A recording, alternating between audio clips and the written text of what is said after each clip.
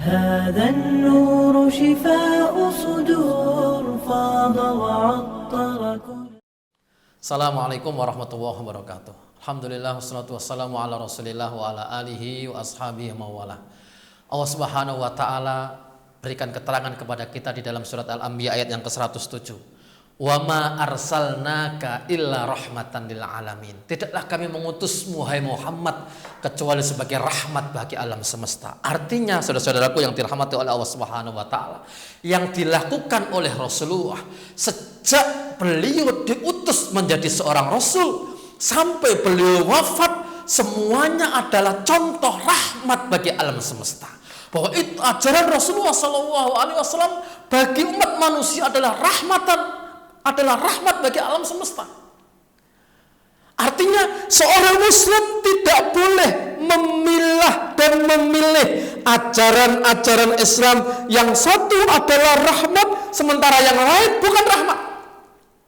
Seakan-akan mereka yang mengatakan rahmatan lil alamin itu ketika Islam mengajarkan kepada kita tentang masalah sholat, Islam mengajarkan kita tentang masalah zakat, Islam mengajarkan kita tentang masalah ziarah, Islam mengajarkan kita tentang masalah silaturahim, itu dianggapnya itulah rahmatan lil alamin. Sementara seakan-akan mereka menganggap, ini mohon maaf, orang-orang yang tidak paham tentang makna rahmatan lil alamin menganggap bahwa Islam mengajarkan qisas, Islam mengajarkan potong tangan. Seakan-akan itu bukan rahmatan lil alamin. Padahal hakikatnya apa yang dibawa oleh Rasulullah sejak beliau diutus menjadi seorang rasul sampai beliau wafat adalah rahmatan lil alamin. Ajaran salatnya rahmatan lil alamin, ajaran zakatnya rahmatan lil alamin, ajaran sedekahnya rahmatan lil alamin. Sebagaimana Rasulullah SAW memberikan keterangan tentang potong tangan bagi pencuri, itu juga rahmatan lil alamin.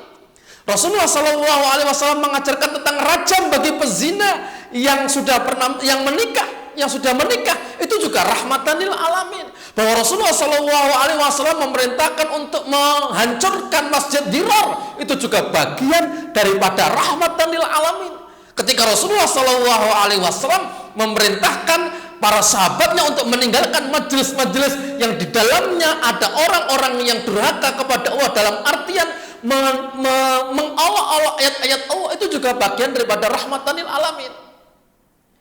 Artinya bahwa ajaran Islam apapun itu bentuknya yang dibawa oleh Rasulullah adalah rahmatan lil alamin. Jangan sampai kita masuk dalam kategori ayat afatu'minuna bi ba'dil kitab wa takfuruna bi ba'd.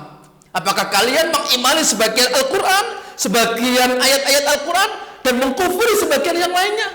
Tentunya seorang muslim ketika mendapatkan perintah dari Allah dan Rasulnya, kalimatnya cuma sami'na wa ata'na. Kami dengar ya Allah dan kami taati. Kami dengar ya Allah dan kami akan laksanakan semaksimal yang bisa kami lakukan. Itu seorang muslim. Tidak lagi memilih-milih. Bukan sami'na wa asaina wal iyadu billah. Kami mendengar ya Allah tapi kami maksiat.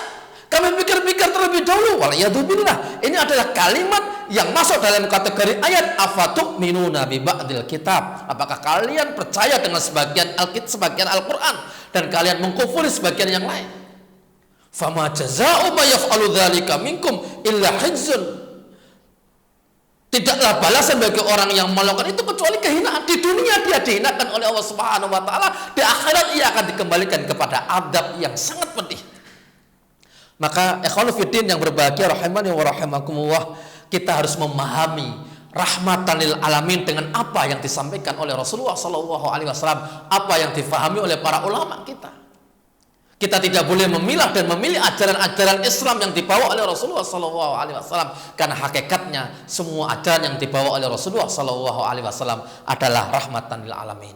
Maka saya tutup dengan satu ungkapan yang disampaikan oleh Imam Ibnu Katsir yang wafat pada tahun 774 Hijriah di dalam tafsir beliau ketika menerangkan ayat ini, arsalahu rahmatan lahum kulluhum.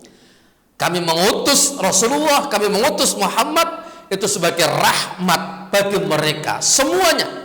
Faman qabila hadir rahmah, barang siapa yang menerima rahmat ini, wa syakara hadir nikmat dan mensyukuri nikmat ini, sa'ada fid dunya wal akhirah, maka dia akan bahagia di dunia dan di akhirat. Wa man raddaha, tetapi barang siapa mengingkari, barang siapa menolak ayat-ayat yang dibawa oleh Rasulullah, artinya ajaran yang dibawa oleh Rasulullah sallallahu alaihi wasallam, wa jahada biha, dia enggan melakukannya, dia kufur kepadanya, khasira fid dunya wal akhirah, maka dia akan rugi di dunia dan di akhiratnya.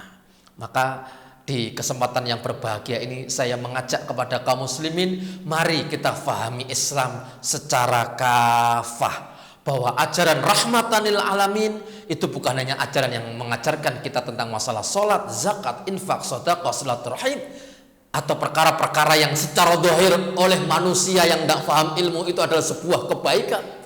Tapi Islam juga mengajarkan kita tentang masalah qisas. Islam juga mengajarkan kita tentang masalah rajam.